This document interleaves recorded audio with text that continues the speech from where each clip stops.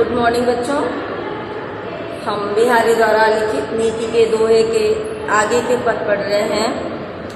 तो 12 नंबर पे था, बढ़त बढ़त संपत्ति सलिलु मन सरोज बढ़ी जाए, और घटत घटत सुन फिर घटे बरु समूल को मिलाई। देखिए बढ़त बढ़त घटत घटत, यहाँ पे कौन सा अलंकार होगा? पूर्वोक्ति प्रकाश अलंकार होगा, ध्यान दीजिएगा। और संपत्ति सलिलु सावर्ण की आवृत्ति है, इसलिए यहाँ पे अनुप्रास होगा। ठीक है, तो ध्यान दीजिएगा कैसे कैसे यहाँ पे हो रहा है, कौन सा अलंकार आ रहा है, इसको लिखते हैं पहले हम।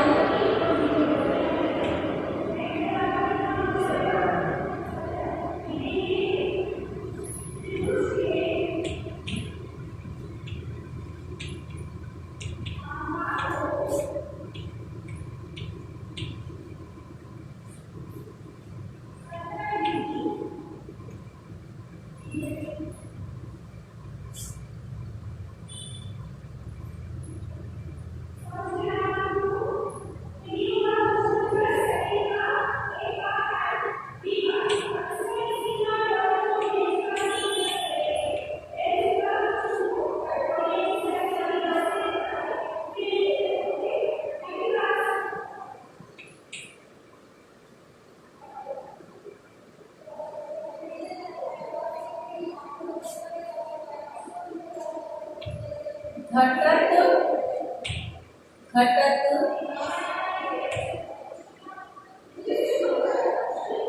घटत घटत सुन फिर घटे, सुन फिर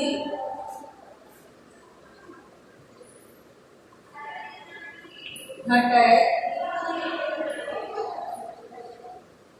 बरु समूल को मिलाए, बरु समूल को मिलाए।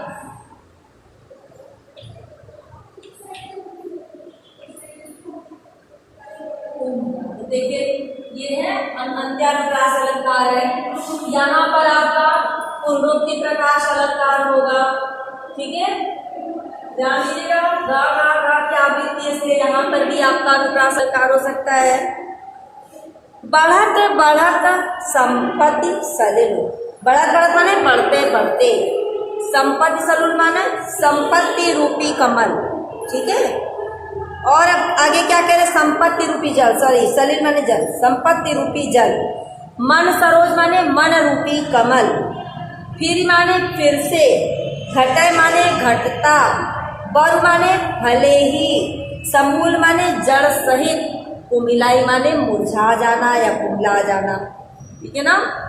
तो इसमें प्रसंग देख लीजिए सबसे पहले कि प्रस्तुत दोहे में कविवर बिहारी ने बताया है कि संपत्ति बढ़ने पर मनुष्य की मन की अभिलाषाएं बहुत अधिक बढ़ जाती हैं।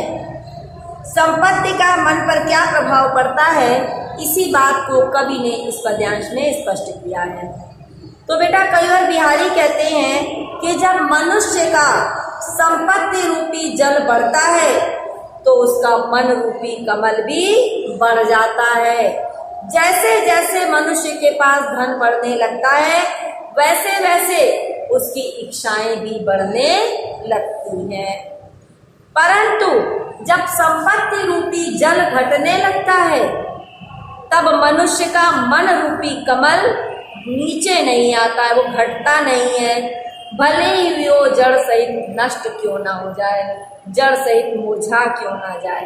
अर्थात धन चले जाने पर भी उसकी इच्छाएं कम नहीं होती हैं। जैसे जल के बढ़ने पर कमल नाल बढ़ जाती, कमल की डंडियां बढ़ जाती हैं, लेकिन जल घटने पर वह घटती नहीं है, चाहे जड़ सहित मुरझा ही क्यों ना जाए। कहने का सीधे से अर्थ ये कि जैसे जैसे मनुष्य के पास धन बढ़ता है, उसकी इच्छाएं बहुत अधिक बढ़ जाती हैं, लेकिन धन जब कम होने लगता है तो मनुष्य बहुत अधिक निराश हो जाता है, नष्ट हो जाता है अपने आप में, लेकिन का जो मन रूपी कमल है वो सूख सकता है, लेकिन वो घटता नहीं है, उनकी इच्छाएं कम नहीं होती हैं। यहाँ पर भी बेटा ब्रज भाषा है, मुक्तक शैली है, गुण प्रसाद है, रस शांत है, छंद दोहा है, अभी हमने आपको सारे बता ही दिए हैं। अनुप्रास अलंकार, पुनरुक्ति प्रकाश, संपत्ति सलूल और मन सरोज में रूपक अलंकार भी है। ठीक है, उपमेय तथा उपमान में कोई भेद नहीं किया गया, इसलिए यहाँ पर रूपक अलंकार है। अब इसके बाद नेक्स्ट हम देख लेते हैं 13 नंबर है, जो चाहत चटक न घटे। जो चाहत चटक न घटे। मैलो होई नमित, मैलो होई नमित।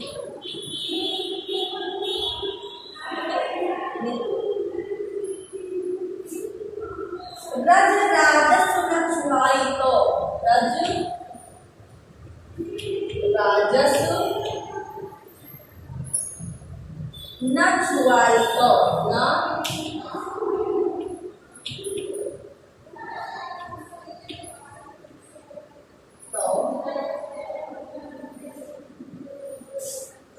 नेह चीकने चित, नेह चीकने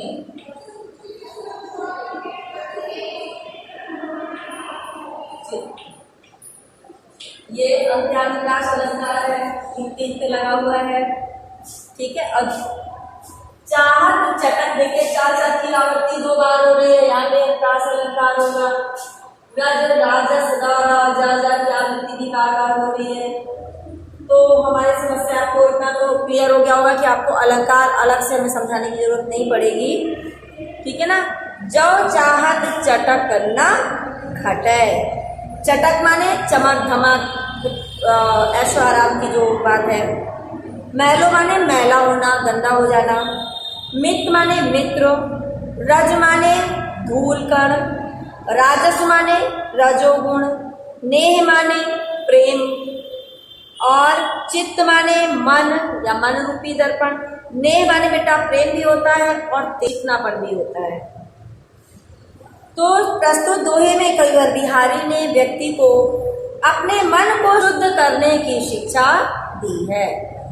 उन्होंने क्या कहा है कि मनुष्य को गर्व, क्रोध आदि रजोगुण वृत्तियों से स्वयं को दूर करना होगा, अपने आप को दूर रखना होगा। इसमें कविवर बिहारी कह रहे हैं कि हे मित्र, यदि तुम चाहते हो कि तुम्हारे मन में उज्ज्वलता और कांति कभी भी समाप्त न हो, जो चाहत चटक न घटे, कम न हो, ठीक है ना। चटक माने तेजी होना, समाप्त न हो, तो प्रेम रूपी तेल से चिकने मन को क्रोध, गर्व, ईर्ष्या, द्वेष आदि रजोगुण रूपी धूल का स्पर्श मत होने देना। जिस प्रकार तेल लगी हुई वस्तु पर यदि धूल कण चिपक जाए तो क्या होता है, वो कांतिहीन हो जाती है, उसकी चमक चली जाती है, क्योंकि तेल में धूल चिपक के रह जाती है। ठीक है ना, अर्थात गंदी हो जाती है। उसी प्रकार यदि मनुष्य के मन में क्रोध आदि रजोगुण वृत्तियां आ जाएं तो क्या होता है, मनुष्य का मन भी मलिन हो जाता है। यदि मनुष्य को अपने चित्त को शुद्ध रखना है, यदि मनुष्य अपने चित्त को शुद्ध रखना चाहता है तो उसे इन तामसिक क्या होता है बेटा, जो बहुत अधिक क्रोध, मोह आदि उत्तेजना को बढ़ाने वाले, वो तामसिक है। तामसिक और रजोगुण वृत्तियों माने आदतों से दूर रहना होगा, उन्हें अपने मन में आने से रोकना होगा। यहाँ भी बेटा ब्रजभाषा है, मुक्तक शैली है, गुण प्रसाद है, रस शांत है, छंद दोहा है। देखिए अलंकार वगैरह हमने आपको सब बता दिया है। ठीक है ना। चटक के कई अर्थ हैं, यहाँ पे श्लेष अलंकार है। नेह चीकने, प्रेम रूपी तेल का वर्णन किया गया यहाँ पर, इसलिए रूपक अलंकार होगा। नेक्स्ट है आपका बरो बुराई जो है। देखिए यहाँ भी आपका अनुप्रास अलंकार है। बुरो तो बुराई जो तजे तो चित्त राखो खरो धरा तो चित्त खरो धरा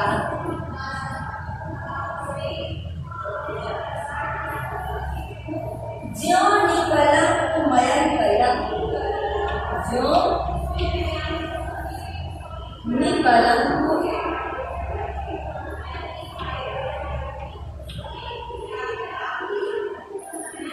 मयन चिलक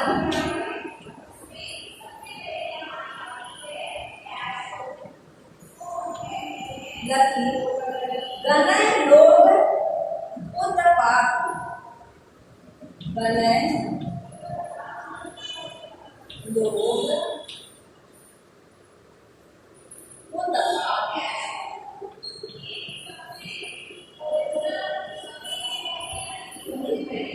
बुरा बुराई जो तजे बुरो माने बुरा व्यक्ति और बुराई जो तजे बुराई को अगर त्याग दे, ठीक है ना, बुरा व्यक्ति अगर बुराई को त्याग दे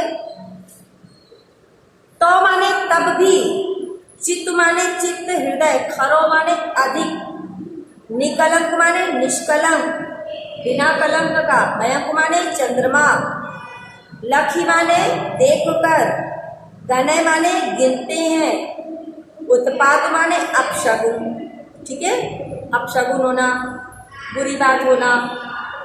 तो यहाँ कई बार बिहारी जी प्रसंग में बता रहे हैं कि भले ही दुष्ट व्यक्ति अपनी दुष्टता को त्याग दे, परंतु फिर भी लोगों का उसके प्रति मन में संदेह बना ही रहता है, ठीक है ना।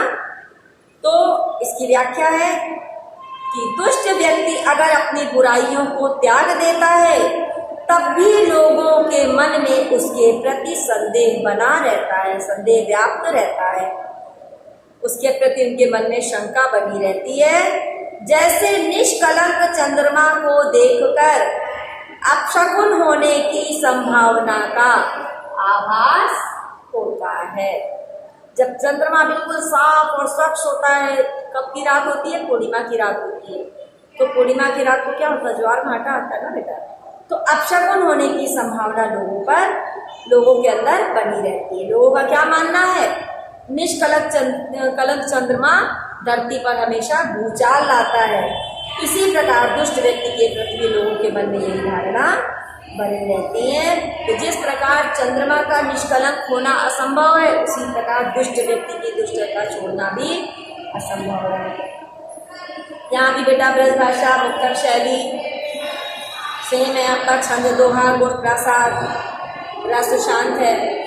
अभी हमने आपको बता दिया अलंकार, आप स्वयं पहचान लोगे आप, ठीक है ना।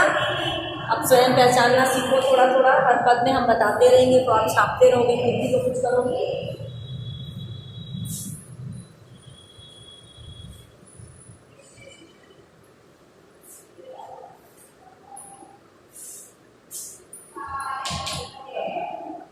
स्वागत सुकृत न श्रम वृथा,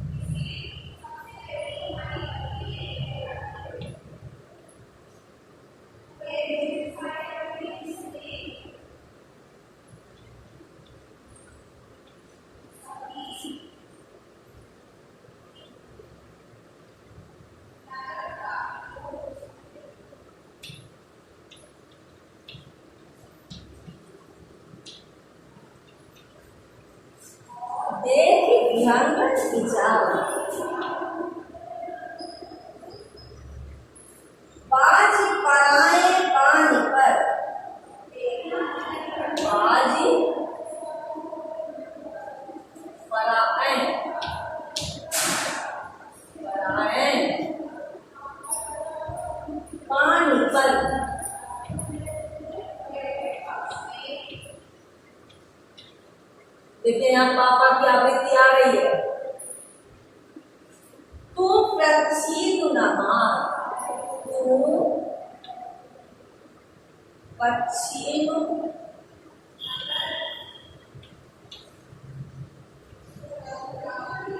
न मान।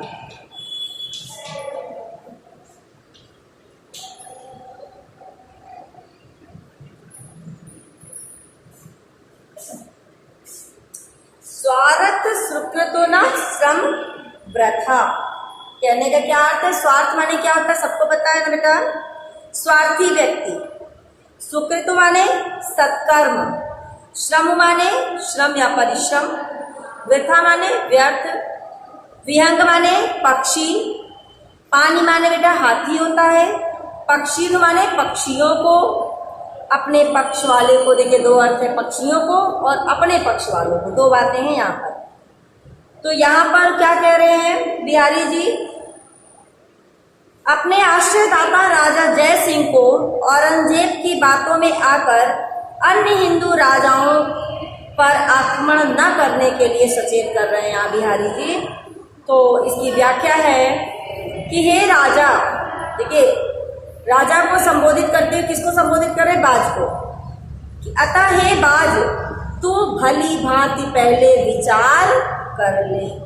विचार विमर्श कर ले माने सुकृत न श्रम, व्यर्थ में अपने समय को बर्बाद मत कर, ठीक है ना? विचार विमर्श कर ले, उसके बाद ही कोई काम कर। इस तरह तू दूसरे के बहकावे में आकर, दूसरे के आकर्षण में आकर अपने साथ सहसाथी अर्थात पक्षियों का संहार न कर। तू औरंगजेब के कहने पर अपने पक्ष के हिंदू राजाओं पर आक्रमण करके उनका संहार मत कर, क्योंकि तेरे परिश्रम का फल तुझे न मिलकर औरंगजेब को प्राप्त होगा। कह रहे हैं स्वार्थी लोगों की बातों में आकर कभी भी अपने परिश्रम को व्यर्थ नहीं करना चाहिए, क्योंकि आपके द्वारा परिश्रम करने पर आपको कुछ प्राप्त नहीं होगा, बल्कि उसका फल किसी और को प्राप्त होगा। ठीक है बेटा?